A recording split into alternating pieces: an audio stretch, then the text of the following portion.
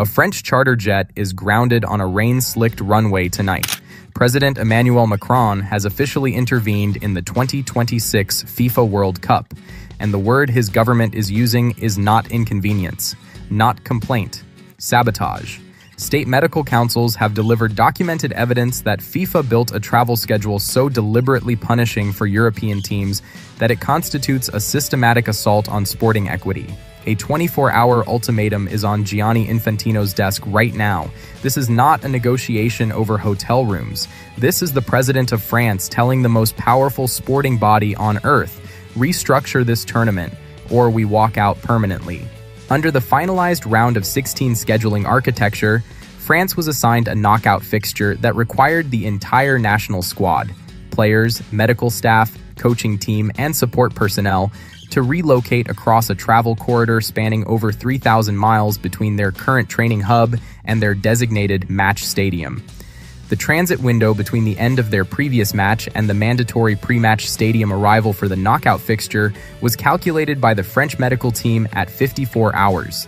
That 54-hour window includes flight time, time zone crossing, ground transport, hotel check-in, and the sleep and nutritional recovery protocols that elite sports medicine requires before a player can safely compete at maximum physical output in a single elimination match.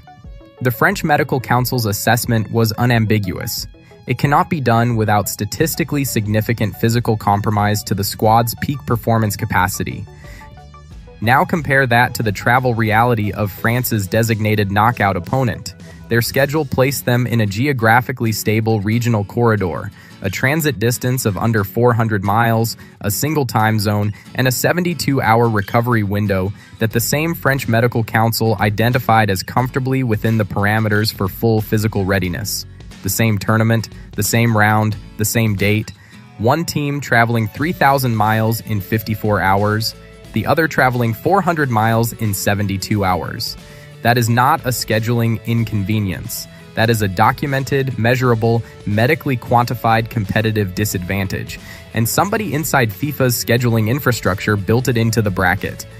When the French Medical Council produces documented data showing that their travel assignment creates a statistically significant physical disadvantage compared to their knockout opponent's schedule, and both schedules were produced by the same FIFA administrative system, is that a coincidence or a calculation? The moment the travel disparity data landed on the desk of France's sports ministers, it stopped being a football problem and became a state problem. And the speed with which the French government moved from internal briefing to presidential intervention tells you exactly how seriously Paris is treating what the scheduling data is showing them. Within hours of the round of 16 bracket locking, the French Sports Ministry convened an emergency closed-door session that included state medical advisors, diplomatic council, and representatives of the French Football Federation. The session produced a formal medical brief, signed by the State Sports Science Council, documenting the specific physiological consequences of executing a 3,000-mile transit within a 54-hour recovery window for an elite squad already carrying cumulative fatigue from multiple high-intensity knockout phase matches. The brief was delivered directly to President Macron that evening. The presidential response was immediate and unmistakable. President Emmanuel Macron authorized the Élysée Palace to deliver a formal ultimatum directly to FIFA headquarters in Zurich, bypassing the normal channels of sporting governance and instead using France's official diplomatic mission to Switzerland. The message carried a strict 24-hour deadline and two firm demands.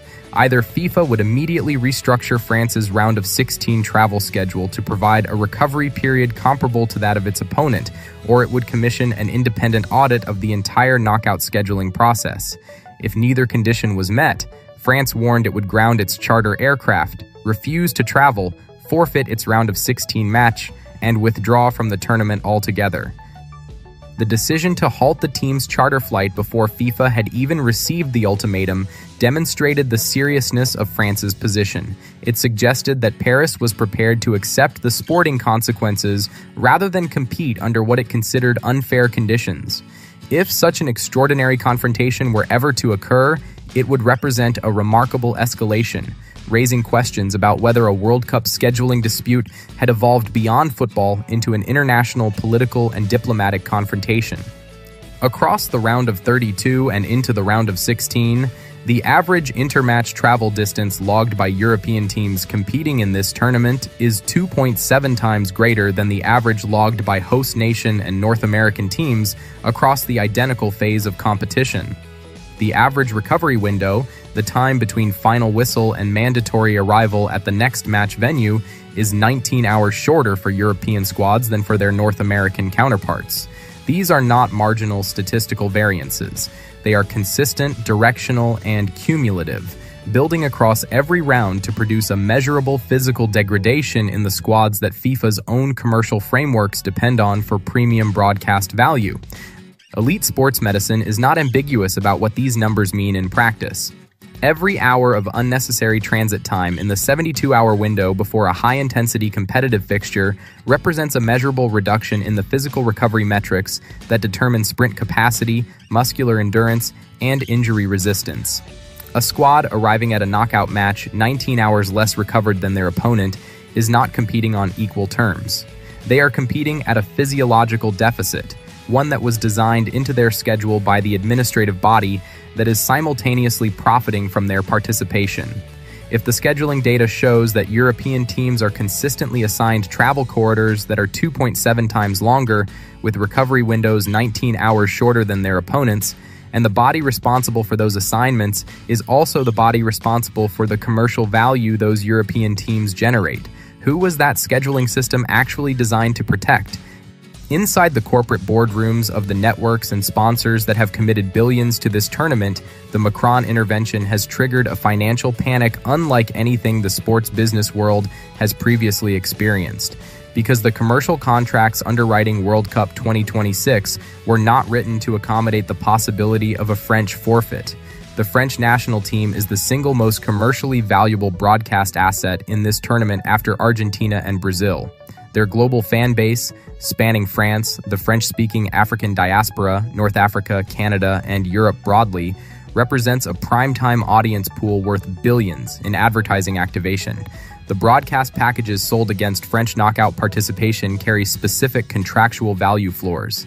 If France forfeits, those floors collapse, instantly triggering penalty clause provisions across every major broadcasting and sponsorship agreement simultaneously. Corporate sponsors whose campaigns feature Kylian Mbappé in knockout round contexts, already shot, produced, and scheduled for broadcast, are facing immediate sunk cost losses with zero recoverable market value. Global sports apparel brands indexed to French advancement are activating emergency inventory reviews, and the FIFA Commercial Partnerships team in Zurich is fielding the same call from every major partner simultaneously. Is the forfeit real? The honest answer, as long as that jet sits on the runway, is yes. FIFA built the travel schedule. France is forfeiting because of the travel schedule. FIFA's own commercial architecture is now collapsing because of the travel schedule. That is not an external crisis. That is a self-inflicted institutional implosion. And the broadcasters already understand what the sponsorship teams are still calculating. A France forfeit does not just remove a team from the bracket. Under FIFA's tournament regulations, a forfeit results in automatic advancement for the opposing team, regardless of that team's commercial or audience value. The practical consequence of a French withdrawal from the round of 16 is that a lower-seeded, lower-market nation walks into the quarterfinals of the 2026 World Cup without kicking a ball in the knockout rounds. The quarterfinal fixture that should have featured France, one of the tournament's peak commercial and sporting draws, becomes a contest involving a team whose combined global viewership cannot generate a fraction of the prime-time advertising retention the networks have structured their schedules around. Inside Fox Sports production rooms, the numbers are catastrophic.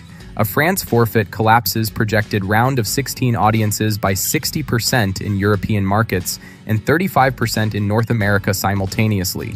Premium advertising slots sold at historic rates are now unsellable. And across every social platform, fan boycott movements are organizing in real time, supporters demanding full refunds and coordinated viewership blackouts. The French data is not a grievance. It is evidence. 3,000 miles, 54 hours, a state medical council's documented proof of measurable physical compromise, and a president who said no commercial contract is worth more than equal competition. The flight mutiny did not create this crisis. It simply made it impossible to ignore. Should FIFA overhaul the travel schedule or let Macron walk? Drop your verdict in the comments. Subscribe for real-time updates, and we will see you at the next file breakdown.